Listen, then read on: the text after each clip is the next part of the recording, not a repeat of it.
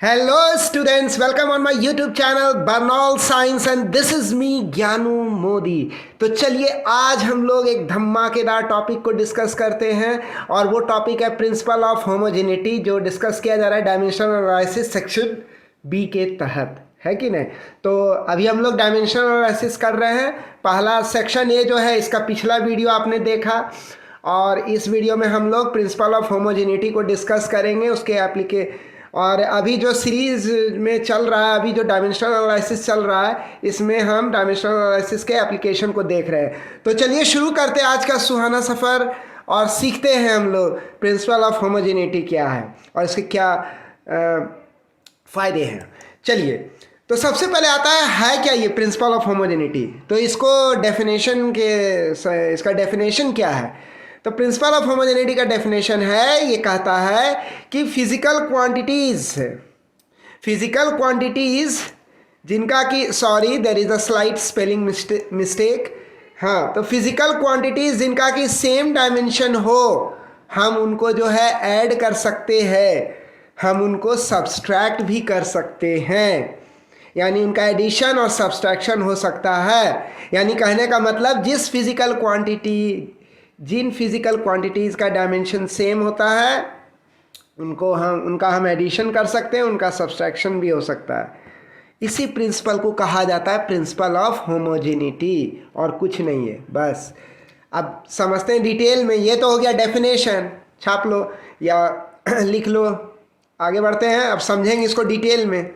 तो जैसे मान लीजिए, जैसे कह दे आपसे, अगर बोले कि क्या यह एडिशन सही है, 3 metre plus 4 metre cube that is equal to 7, आपसे क्वेश्चन किया गया है। तो आप देखो यहाँ पर कि ये जो 3 मीटर जो फर्स्ट टर्म है एलएचएस में, ये जो इक्वेशन इसका जो एलएचएस में फर्स्ट टर्म है, फर्स्ट टर्म क्या है, 3 मीटर है।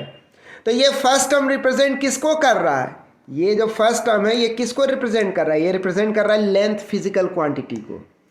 कैसे जाने, क्योंकि इसमें जो है मीटर है यहाँ यूनिट, यानी ये दर्शा रहा है कि ये जो फर्स्ट टर्म है ये लेंथ फिजिकल क्वांटिटी को करस्पॉन्ड कर रहा है। अब आते हैं इसका सेकेंड टर्म पे, ये जो है एलएचएस का जो सेकेंड टर्म है। तो ये टर्म जो है ना, सेकेंड टर्म 4 मीटर क्यूब, ये किसको करस्पॉन्ड कर रहा है, ये करस्पॉन्ड कर रहा है या रिप्रेजेंट कर रहा है वॉल्यूम फिजिकल क्वांटिटी को, है ना। तो ये वाला first term length physical quantity को करस्पॉन्ड कर रहा है और ये वाला सेकेंड टर्म जो है ये वॉल्यूम फिजिकल क्वांटिटी को करस्पॉन्ड कर रहा है। तो ये जान लीजिए कि जब भी एडिशन होगा सेम टाइप के होने चाहिए फिजिकल क्वांटिटी, है ना। लेंथ और वॉल्यूम जो है सेम टाइप का फिजिकल क्वांटिटी नहीं है, बल्कि अलग अलग है ना। ये हम लेंथ फिजिकल क्वांटिटी को वॉल्यूम फिजिकल क्वांटिटी के साथ नहीं जोड़ सकते, ये इम्पॉसिबल है ना। ये संभव नहीं है, ऐसा नहीं होता। इसलिए ये जो एडिशन दिखा रहा है यहाँ, ये गलत है। ये एडिशन क्या है, गलत है। अब आपको समझ में आया प्रिंसिपल ऑफ होमोजेनिटी क्या होता है। इससे अब आप वापस आते इसी डेफिनेशन पर कि ये जो फिजिकल क्वांटिटीज़ थे, अभी हम लोग देखे कि एक लेंथ था और दूसरा वॉल्यूम था, दोनों को जोड़ रहे थे। दोनों क्या है, डिफरेंट फिजिकल क्वांटिटीज़ है। तो क्या इन दोनों के बीच में जोड़ हो पाएगा, नहीं होगा। यही है प्रिंसिपल ऑफ होमोजेनिटी, इसी को कहा जाता है प्रिंसिपल ऑफ होमोजेनिटी। आया समझ में, क्लियर हुआ। अब हम लोग आगे बढ़ते हैं। अब हम लोग एक दूसरा एग्जाम्पल देखते हैं। तो अब हम लोग देख रहे हैं, अब ये एक नया सवाल है। इस सवाल में पूछा जा रहा है कि क्या 3 मीटर और 4 मीटर, ये दोनों को जोड़ के 7 मीटर ले रहे हैं रिजल्ट। तो क्या ये 3 मीटर और 4 मीटर को ऐड करना संभव है, यही पूछा जा रहा है। ये सही है। तो देखिए यहाँ जो फर्स्ट टर्म है, यहाँ क्या देख रहे हैं, ये लेंथ फिजिकल क्वांटिटी कॉरस्पॉन्ड कर रहा है, और यहाँ जो सेकेंड टर्म है 4 मीटर, यह भी लेंथ फिजिकल क्वांटिटी को कॉरस्पॉन्ड कर रहा है। तो प्रिंसिपल ऑफ होमोजेनिटी क्या कहता है, अगर दो फिजिकल क्वांटिटी सेम नेचर के हैं, सेम टाइप के हैं, तो उनको आपस में हम जोड़ सकते हैं, घटा भी सकते हैं। तो इसीलिए ये एडिशन पॉसिबल है, ऐसा हो सकता है ना। यही यहाँ कहा जा रहा है, लेंथ प्लस लेंथ पॉसिबल है। हाँ, एक लेंथ को दूसरे लेंथ से जोड़ सकते हैं, ये संभव है प्रिंसिपल ऑफ होमोजेनिटी के अनुसार, इसलिए इनका एडिशन पॉसिबल है, इसलिए 7 मीटर ये सही है, दिस इज करेक्ट। यही बात यहाँ कहा जा रहा है।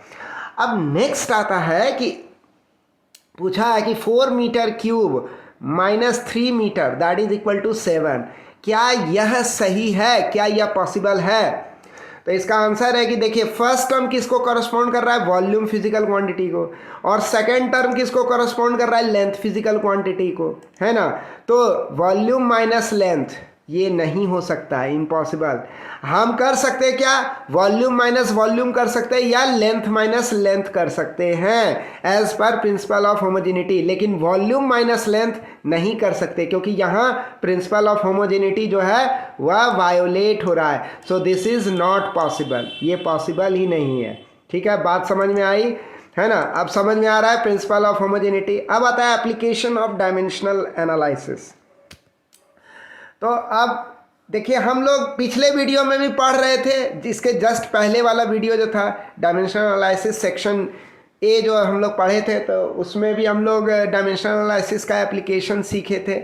यहाँ भी अभी हम इस वीडियो में भी दूसरा एप्लीकेशन उसका सीखेंगे डायमेंशनल एनालिसिस का। अगर आप पिछला वीडियो नहीं देखे तो प्लेलिस्ट में लिंक दे देंगे, वीडियो के एंड में भी लिंक दे देंगे, डिस्क्रिप्शन में लिंक दे देंगे, है ना। तो आप डिस्क्रिप्शन में जाइएगा, वहाँ से लिंक ले लीजिएगा और ज़रूर देखिए उस वीडियो को। तो अब आते हैं हम लोग एप्लीकेशन ऑफ डायमेंशनल एनालिसिस।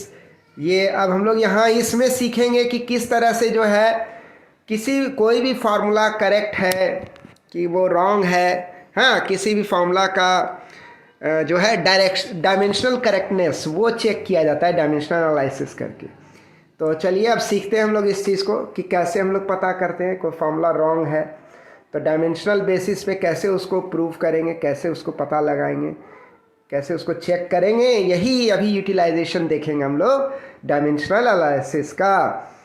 तो इसके लिए सबसे पहले जो है principal of homogeneity of dimensions, इसको ध्यान में रखना होगा और इसको इस्तेमाल करना होगा। तो क्या कहता है प्रिंसिपल ऑफ होमोजेनिटी, अभी अभी हम लोग पढ़े थे कि कोई इसके अनुसार ये जो प्रिंसिपल ऑफ होमोजेनिटी के अनुसार हम कह सकते हैं कि कोई भी फार्मूला डायमेंशनली अगर करेक्ट है, हाँ, तो उसका दोनों साइड जो होता है वो फार्मूला या कोई इक्वेशन है, तो हम जानते हैं फार्मूला इक्वेशन में दो साइड होता है, एक होता है LHS लेफ्ट हैंड साइड और दूसरा होता है RHS राइट हैंड साइड। तो LHS में जितना टर्म है और RHS में जितना टर्म है उस इक्वेशन का, RHS और LHS में जितना टर्म है, अगर LHS का सारा टर्म मिला करके जो डायमेंशन आ रहा है, अगर वह RHS के सभी टर्म्स को मिला करके जो डायमेंशन आ रहा है, दोनों तरफ का डायमेंशन अगर बराबर है LHS और RHS का, तब जो है हम कह सकते हैं कि वह इक्वेशन डायमेंशनली करेक्ट है। यही है, यहाँ अभी आ जाएगा समझ में।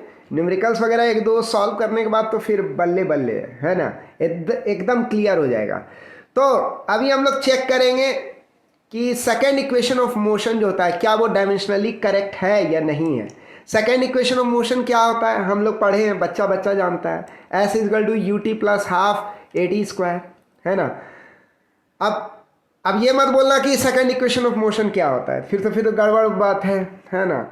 तब तो ठीक से 10th पढ़ाई नहीं किए, है ना, खाली फिल्में देखे, टिकटॉक देखे। तो अगर आपको वाकई में पढ़े हो कुछ, तो आपको पता होना चाहिए सेकेंड इक्वेशन ऑफ मोशन क्या होता है। 3 इक्वेशन ऑफ मोशन होते हैं, V = U + AT, S = UT + ½ AT² and V² - U² = 2AS। तो ये 3 इक्वेशन ऑफ मोशंस होते हैं। इसमें सेकेंड इक्वेशन ऑफ मोशन के प्रूफ करने का है क्या डायमेंशनली सही है। तो देखिए, होमोजेनिटी के प्रिंसिपल के अनुसार जो है डायमेंशन जो होता है LHS के सभी टर्म्स का, वह जो है RHS के सभी टर्म्स के डायमेंशंस के बराबर होगा। इसका मतलब क्या हुआ, अगर ये इक्वेशन डायमेंशनली सही है तो इधर का जो डायमेंशन होगा वो कुल मिला के टोटल राइट साइड का डायमेंशन के बराबर होगा, है ना। तो चलिए देखते हैं है कि नहीं। तो अगर ये डायमेंशनली करेक्ट इक्वेशन है, तब हम कह सकते हैं कि इसका LHS का डायमेंशन जो है RHS के डायमेंशन के बराबर होगा। चलिए आगे बढ़ते हैं अब। तो LHS में जो होता है एक ही फिजिकल क्वांटिटी है, सिर्फ S है, यानी सिर्फ क्या है, डिस्प्लेसमेंट है। LHS में क्या है, ओनली डिस्प्लेसमेंट, सिर्फ डिस्प्लेसमेंट है। और डिस्प्लेसमेंट किसको करस्पॉन्ड करता है, या लेंथ फिजिकल क्वांटिटी को करस्पॉन्ड करता है। डिस्प्लेसमेंट जो है लेंथ फिजिकल क्वांटिटी को करस्पॉन्ड कर रहा है। इसका मतलब क्या हुआ, डायमेंशन जो लेफ्ट हैंड साइड का होगा वह क्या हो जाएगा, वह S जो ये जो डिस्प्लेसमेंट फिजिकल क्वांटिटी है करस्पॉन्ड करेगा लेंथ L को। हाँ, तो डायमेंशन जो LHS का होगा लेफ्ट हैंड साइड का वह L होगा, L, कैपिटल L। क्लियर। चलो अब आगे बढ़ते हैं। और जो डायमेंशन होगा RHS का, राइट हैंड साइड का जो डायमेंशन होगा वह क्या होगा, LHS का तो डायमेंशन निकल गया L, कैपिटल L, और RHS का डायमेंशन क्या होगा, तो RHS का डायमेंशन कैसे निकालेंगे, RHS क्या हुआ, ये पूरा ये पूरा इस पार्ट का डायमेंशन निकालना है। वेरी इजी है, कुछ नहीं है। ये देखो, ये U जो है, तो U क्या कॉरस्पॉन्ड कर रहा है, ये वेलोसिटी को कॉरस्पॉन्ड कर रहा है। तो वेलोसिटी का डायमेंशन क्या होता है, L/T, मीटर पर सेकंड होता है ना यूनिट वेलोसिटी का। हम लोग जानते हैं वेलोसिटी की यूनिट क्या होती है, वह होती है मीटर पर सेकेंड। तो मीटर किसको कॉरस्पॉन्ड करेगा, लेंथ फिजिकल क्वांटिटी को, और सेकेंड किसको कॉरस्पॉन्ड करेगा, टाइम फिजिकल क्वांटिटी को। तो हो गया L/T। क्लियर हो गया, बात समझ में आई। अब आगे बढ़ते हैं। अब देखते हैं ये जो स्मॉल t है, ये स्मॉल t क्या है, ये टाइम को कॉरस्पॉन्ड कर रहा है। ये स्मॉल t टाइम को कॉरस्पॉन्ड कर रहा है, तो ये time physical quantity capital T हो गया, है ना। तो ये हो गया। अब हाफ है, हाफ जो होता है ना, ये किसी भी फिजिकल क्वांटिटी को कॉरस्पॉन्ड नहीं करता है, क्योंकि यह एक कांस्टेंट है ना। तो इसका कोई डायमेंशन नहीं होगा, है ना। ये एक नंबर है, सॉरी, बेटर बोलो कि कांस्टेंट नहीं, बेटर बोलो ये एक नंबर है, और नंबर का कोई फिजिकल क्वांटिटी नहीं होता है, तो इसको इग्नोर कर देंगे। आप क्या लेंगे, एसेलरेशन लेंगे। तो एसेलरेशन का फिजिकल क्वांटिटी, एसेलरेशन का डायमेंशन क्या होता है, एसेलरेशन का डायमेंशन होता है length by time square, L/T²। क्यों ऐसा होता है, क्योंकि एसेलरेशन का जो यूनिट होता है, एसेलरेशन का यूनिट क्या होता है, मीटर पर सेकेंड स्क्वायर। तो मीटर कॉरस्पॉन्ड किया लेंथ फिजिकल क्वांटिटी को, और सेकेंड स्क्वायर कॉरस्पॉन्ड किया टाइम फिजिकल क्वांटिटी को। क्लियर हो गया। अब नेक्स्ट आते हैं हम लोग, अब आता है टाइम। टाइम यहाँ स्क्वायर है, तो यहाँ क्या हो जाएगा, इंटू कैपिटल T² हो जाएगा। अब समझ में आ रहा है आपको अच्छे से इस एनिमेशन से, है ना। U कॉरस्पॉन्ड कर रहा है L/T, इंटू T कॉरस्पॉन्ड कर रहा है T फिजिकल क्वांटिटी को, एसेलेरेशन कॉरस्पॉन्ड कर रहा है L/T² फिजिकल क्वांटिटी को, और T कॉरस्पॉन्ड कर रहा है T² कॉरस्पॉन्ड कर रहा है T² फिजिकल क्वांटिटी को। तो अब इसके बाद क्या हो गया, इसके बाद अब हम कह सकते हैं ये T कट जाएगा, खत्म, T² ये भी खत्म। तो बच क्या गया, L+L, लेंथ प्लस लेंथ। तो ये क्या आ गया, लेंथ आ गया। क्लियर, एकदम आराम से समझ में आ रहा है। सो यहाँ हम कह सकते हैं, हम क्या पाए यहाँ कि डायमेंशन जो LHS का था वही डायमेंशन था RHS का, और वो कितना था, L था। क्लियर, तो हम कह सकते हैं इसका मतलब होता है कि सेकेंड इक्वेशन ऑफ मोशन जो होता है वह डायमेंशनली क्या है, करेक्ट है। Second equation of motion dimensionally सही है, यानी कि ये डायमेंशनली करेक्ट है। क्यों, क्योंकि डायमेंशन जो LHS का है वही डायमेंशन RHS का है, और वो कितना है, वो L है। इस प्रकार हम जो है डायमेंशनल करेक्टनेस जो होता है, हाँ, किसी भी इक्वेशन का, किसी भी फार्मूला का बारे में पता कर सकते हैं कि वह फार्मूला या इक्वेशन डायमेंशनली करेक्ट है या नहीं, और वो किस आधार पे कर सकते हैं, डायमेंशनल एनालिसिस के आधार पर। तो ये एक उपयोग है, डायमेंशनल एनालिसिस का एक तरह का यूज़ है। कुछ चीज़ें हैं, जानकारी है जो हम लोग को याद रखना होगा। मज़ा आ रहा है, सीख रहे हैं ना, तो ऐसे ही इंजॉय करते रहिए, है ना। अब आगे आते हैं कि सभी हमें हमेशा ये ध्यान में रखना चाहिए, क्या ध्यान में रखना चाहिए, कि अगर कोई इक्वेशन, अगर कोई फार्मूला डायमेंशनली करेक्ट है, तो देखो बात को समझना, अगर कोई फार्मूला डायमेंशनली करेक्ट है तो ये कोई ज़रूरी नहीं कि फार्मूला सही ही है, वो फार्मूला गलत भी हो सकता है। लेकिन अगर कोई फार्मूला डायमेंशनली रॉन्ग है, डायमेंशनली अगर रॉन्ग है, तो एकदम पक्की बात है कि वो फार्मूला भी रॉन्ग होगा, वो फार्मूला भी इनकंसिस्टेंट होगा, फार्मूला भी गलत होगा। ये हमेशा ध्यान में रखना। अगर कोई इक्वेशन है, कोई फार्मूला है, अगर वो डायमेंशनली सही हो जाता है, तो ये कोई जो गारंटी की बात नहीं है कि वो फार्मूला भी सही होगा, वो फार्मूला गलत भी हो सकता है, सही भी हो सकता है, दोनों बातें आती है। वो आप रिसर्च करो, पता लगाओ। लेकिन ये डायमेंशनल एनालिसिस सिर्फ एक संकेत दिया आपको कि अगर डायमेंशनली सही निकला फार्मूला तो पूरी ताली नहीं बजाना है, उछलना नहीं है। हो सकता है फार्मूला सही भी हो, गलत भी हो, कुछ भी हो सकता है। लेकिन अगर डायमेंशनल एनालिसिस करते वक्त यह पता चला कि फार्मूला डायमेंशनली गलत है तो एकदम श्योर शॉट है कि वो फार्मूला भी गलत है, वो फार्मूला भी गलत है। ये ध्यान में रखना, बहुत बहुत खतरनाक जहरीला कंसेप्ट है ये चुकना नहीं बाबू, इसको हमेशा अपने ज़हन में रखना है ना।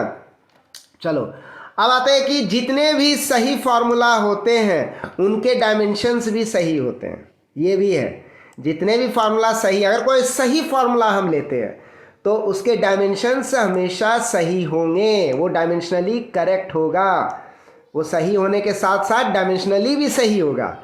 लेकिन अगर कोई गलत फार्मूला लेते हैं ना तो हो सकता है वो डायमेंशनली सही हो सकता है वो डायमेंशनली सही हो सकता है वो डायमेंशनली गलत भी निकले। अब क्या निकलेगा वो निकालने के बाद पता चलेगा। बात को समझना, बड़ा ये सब चीज़ है, इसको ध्यान में रखना। लेकिन एक बात जान लीजिए, अगर कोई फार्मूला गलत है ना तो पक्का वो फार्मूला डायमेंशनली भी गलत हो जाएगा। ये है, तो हमको लग रहा है अब आप पेचीदगी समझ गए होंगे, है ना। तो ये बात मैं कहना चाह रहा था। एक बात जान लीजिए, जो प्योर नंबर होता है उसका किसी रेशियो का, है ना, और कोई एंगल वगैरह है, रेशियो है, लेंथ बाय लेंथ, ऐसा कुछ, रिफ्रैक्टिव इंडेक्स एक रेशियो है, तो इन सब का जो है ना कोई भी डायमेंशन नहीं होता है। प्योर नंबर, रेशियोज, इन सब का डायमेंशन नहीं होता है, एंगल वगैरह इन सब का डायमेंशन नहीं होता है ना। तो ये बात ध्यान में रखना। अब जैसे हाफ है तो हाफ का डायमेंशन नहीं होगा क्योंकि वो एक प्योर नंबर है, ठीक है। चलो आगे बढ़ते हैं। अब अगला क्वेश्चन देखते हैं क्या है। Half mv² is equal to mgh यहाँ कह रहा है, और क्या दिया हुआ है, acceleration due to gravity g है ना, और क्या दिया हुआ है, h हाइट है, और क्या दिया हुआ है, v वेलोसिटी है, मास m है। तो बोल रहा है पता कीजिए कि ये जो इक्वेशन दिया हुआ है क्या यह इक्वेशन डायमेंशनली करेक्ट है। ये जो इक्वेशन है, ये जो फार्मूला या इक्वेशन है, जो कुछ भी है, क्या ये डायमेंशनली करेक्ट है। देखिए भाई, अगर ये डायमेंशनली करेक्ट होगा तो इस साइड का जो डायमेंशन है यानी LHS का जो डायमेंशन है, ये पूरा हो गया LHS, इसका डायमेंशन जो है पूरा RHS के डायमेंशन के बराबर होगा, ये ध्यान में रखना है। तो ये जो इक्वेशन है तो हम प्रिंसिपल ऑफ होमोजेनिटी से कह सकते हैं कि सभी टर्म्स जो LHS में हैं उनके जो डायमेंशन होंगे वो RHS के सभी टर्म्स के डायमेंशन के बराबर होंगे। तो ये तभी ये इक्वेशन हम कह सकते हैं डायमेंशनली सही है ना, तभी कह सकते हैं। तो तब हम कह सकते हैं कि ये इक्वेशन डायमेंशनली सही है क्योंकि LHS का डायमेंशन RHS के डायमेंशन के बराबर है, प्रिंसिपल ऑफ होमोजेनिटी काम कर रहा है। तो सबसे पहले निकालेंगे पूरा LHS का डायमेंशन। तो पूरा का पूरा LHS क्या है, यही है हाफ mv²। तो इसका डायमेंशन निकालेंगे, LHS का डायमेंशन। हाफ का कोई डायमेंशन नहीं होगा तो m पे आएंगे। m का डायमेंशन क्या है भाई, m का डायमेंशन कैपिटल M होता है। मास का डायमेंशन क्या होगा, कैपिटल M, पावर इस पे 1 है। तो अब ये क्या हो गया, v² जो होता है इसका डायमेंशन क्या हो गया, वो हो गया L/T²। ऐसा क्यों बोले, क्योंकि वेलोसिटी जो है उसका यूनिट क्या होता है, मीटर बाय सेकेंड। मीटर यानी कॉरस्पॉन्ड किया लेंथ फिजिकल क्वांटिटी को, और सेकेंड कॉरस्पॉन्ड करेगा टाइम फिजिकल क्वांटिटी, तो हो गया L/T। और चूंकि यहाँ v² है तो L/T² डालेंगे। अब इसको जो है सॉल्व करेंगे, इसको सॉल्व करेंगे तो क्या निकला, mL²/T²। फर्दर ये क्या हो गया, mL² T⁻⁻² हो गया। ये हो गया हमारा क्या, ये हो गया, ये जो हम लोग देख रहे हैं ये हो गया हमारा पूरे LHS का डायमेंशन। क्लियर।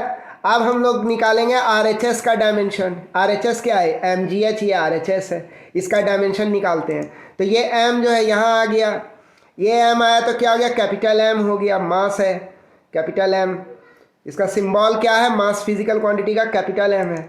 और g जो है एक्सेलरेशन ड्यू टू ग्रेविटी है, तो एक्सेलरेशन ड्यू टू ग्रेविटी का जो है इसमें दो बेस क्वांटिटी है L और T है, L/T² है ना। तो ये हो गया। और h क्या है, h एक तरह का हाइट है, हाइट क्या है, एक तरह का लेंथ है, तो ये क्या हो गया, इससे किस बेस क्वांटिटी से रिप्रेजेंट होगा, l से रिप्रेजेंट होगा। तो ये हमारा पूरा RHS आ गया।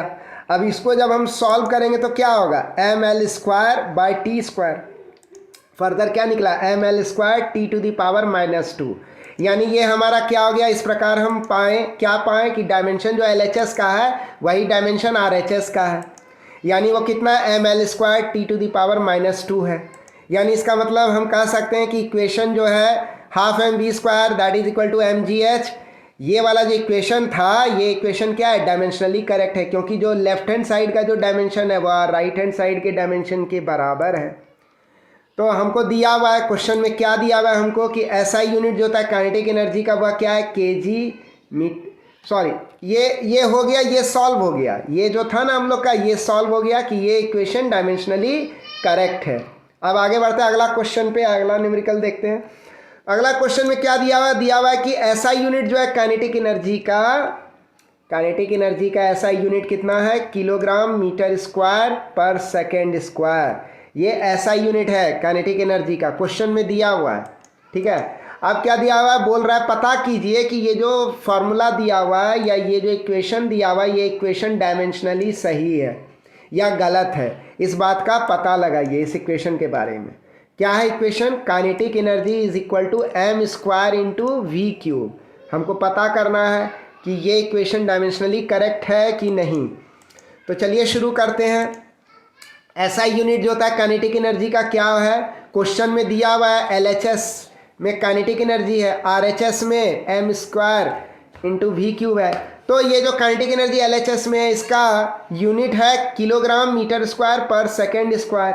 तो डायमेंशन क्या हो जाएगा इसका, काइनेटिक एनर्जी का डायमेंशन क्या हो जाएगा, वह हो जाएगा m capital L square T to the power -2। क्यों ऐसा बोले, क्योंकि kg ये कॉरस्पॉन्ड करेगा m फिजिकल क्वांटिटी, मास फिजिकल क्वांटिटी को, और मीटर स्क्वायर ये कॉरस्पॉन्ड करेगा लेंथ बेस क्वांटिटी को, और सेकेंड स्क्वायर ये कॉरस्पॉन्ड करेगा टाइम फिजिकल क्वांटिटी को, ये बेस क्वांटिटी को। तो ये हमारा हो गया ml square T to the power -2। ये क्या हो गया, ये LHS का डायमेंशन हो गया, ये काइनेटिक एनर्जी का डायमेंशन हो गया, यानी डायमेंशन जो है LHS का हो गया, यही काइनेटिक एनर्जी का ये डायमेंशन हो गया। तो RHS का भी डायमेंशन जो है ना इतना ही होना चाहिए, ml square T to the power -2। अगर ये नहीं हुआ RHS का डायमेंशन तो इसका मतलब हो गया कि ये जो इक्वेशन दिया हुआ है ना, ये इक्वेशन डायमेंशनली क्या है, गलत है ना। और अगर इक्वेशन डायमेंशनली गलत है तो ये एकदम श्योर है कि ये इक्वेशन भी गलत हो जाएगा, अगर ये इक्वेशन डायमेंशनली गलत निकला तो। अब देखो क्या है, तो डायमेंशन जो RHS है काइनेटिक एनर्जी इक्वेशन का, ये काइनेटिक एनर्जी इक्वेशन का ये जो डायमेंशन है RHS का, राइट हैंड साइड का अब डायमेंशन निकालना है, LHS का तो निकल गया, RHS का डायमेंशन निकालने के लिए m स्क्वायर, तो m स्क्वायर क्या होगा भाई, ये रिप्रेजेंट होगा मास फिजिकल क्वांटिटी से, मास बेस क्वांटिटी, बेस क्वांटिटी का सिंबल क्या है, कैपिटल M है, मास बेस क्वांटिटी का सिंबल है m, कैपिटल M। तो ये कैपिटल M स्क्वायर हो जाएगा, v क्यूब है, तो v क्या है, v है L/T और उस पर क्यूब है, तो L/T क्यूब हो गया, ये L/T क्यूब हो गया। यानी इसको जब हम लोग सॉल्व करेंगे तो क्या होगा, m square L/T cube. Further solve करने पे क्या निकलेगा, m square L³ T to the power -3, ये हमारा आ गया। ये अब हमारा आ गया तो ये हम कह सकते हैं, so here we find that, यहाँ हम क्या पाते हैं कि डायमेंशन जो LHS का होता है वह जो है RHS के डायमेंशन के बराबर नहीं होता है। LHS का जो डायमेंशन होता है वो RHS के डायमेंशन के बराबर नहीं होता है। तो LHS का जो डायमेंशन होता है वह क्या होता है, ml square T to the power -2 that is not equal to m square L³ T to the power -2। ये दोनों डायमेंशन क्या है, ये जो दोनों डायमेंशन है, इधर LHS का डायमेंशन और RHS का डायमेंशन दोनों बराबर नहीं है। यानी इसका मतलब क्या हुआ कि ये जो इक्वेशन है ना, ये equation kinetic energy is equal to m square into V cube, ये इक्वेशन डायमेंशनली सही नहीं है। और यह नियम है कि अगर कोई इक्वेशन डायमेंशनली सही नहीं है, डायमेंशनली करेक्ट नहीं है, तो समझ जाइए कि वह इक्वेशन भी जो है ना, ये इक्वेशन भी गलत है।